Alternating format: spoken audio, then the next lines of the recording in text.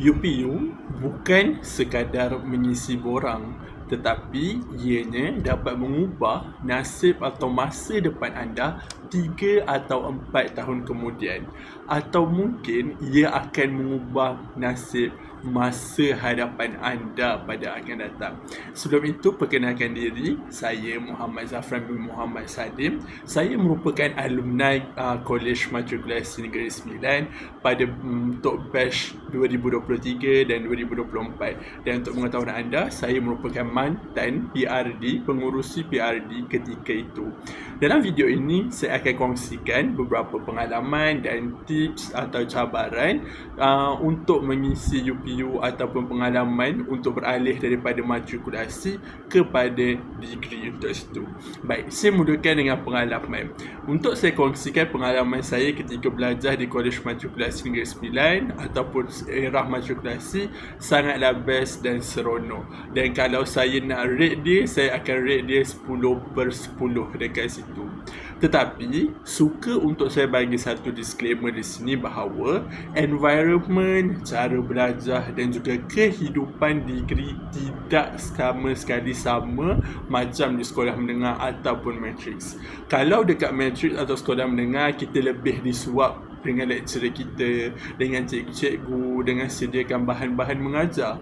Tapi di universiti atau di degree, kehidupannya sangatlah terbalik, di mana kita perlu berdikari untuk mencari bahan belajar dan untuk mengendalikan kehidupan kita sendiri di degree ini adalah sangat-sangat berbeza. Sebab itulah keputusan anda untuk memilih UPU adalah sangat penting. Dan juga suka untuk saya ingatkan, jangan pilih sesuatu kos itu hanya kerana kos itu glamour ataupun bidang itu ada glamour ataupun ingin ikut kawan. Tetapi semak dulu dia punya prospek pekerjaan, apa possibility pekerjaan yang boleh anda dapatkan. Search dulu. Okay, sebagai contoh, kalau aku ambil kos ni, boleh tak aku nak jadi pakar nutrisi? Contohnya, tak semestinya satu kos tersebut hanya boleh jadi satu perkara sahaja. Tidak. Kadang-kadang ada 2-3 kos di mana penghujungnya kita dapat menjadi ataupun satu matlamat yang sama pada akhirnya dekat situ. So, itulah sedikit sebanyak pengalaman saya di KMNS. Seterusnya, saya mulakan dengan 3 tips utama bagaimana untuk isi UPU ataupun apa yang anda perlu buat untuk isi UPU. Yang pertama, kenal diri kita sendiri dahulu. Apa yang kita minat, sebab diri kita je tahu apa kekurangan dan juga kelebihan yang kita ada. Sebab apa yang anda ingin belajar ini adalah untuk 3 atau 4 tahun. Jadi anda kena tanya diri anda dahulu, sama ada adakah saya bersedia dan sanggup bersusah payah, senang semua untuk alami kos tersebut. Itu yang pertama. Dan juga selalunya, tak silap saya, unit kaunseling akan sediakan satu ujian psikometri untuk mengenali passion dan juga minat anda. Jadi gunakan platform dan kuis tersebut untuk buat betul-betul dan kenal pasti apa kelebihan diri sendiri dekat situ. Kaji dulu apa kekuatan akademik dan juga diri. Baik, yang kedua ni yang sangat-sangat penting di sini, iaitu kaji kos anda betul-betul. Maksudnya, anda kan ada impian kerjaya yang anda inginkan. Jadi, apa yang anda perlukan, kos yang diperlukan untuk menjadi impian tersebut. Kaji dahulu. Selepas kaji, ambil tahu apa syarat dia. Ada syarat umum, ada syarat khusus. Saban tahun, kita dikejutkan dengan berita di mana seseorang pelajar ni nak sesuatu kos tersebut. Tapi dia tak dapat. Kenapa dia tak dapat? Sebab tak lepas syarat. Kita tak nak isi sesuatu yang kita tak lepas syarat dia. Kan? Kita nak sesuatu yang maybe kita boleh predict dan juga jangka kita boleh dengan pastikan syarat-syarat tersebut kita lepas. Contohnya, kalau nak masuk medik, kena sekurang-kurangnya B ataupun B+ untuk 3 subjek sains, bio, fizik, kimia.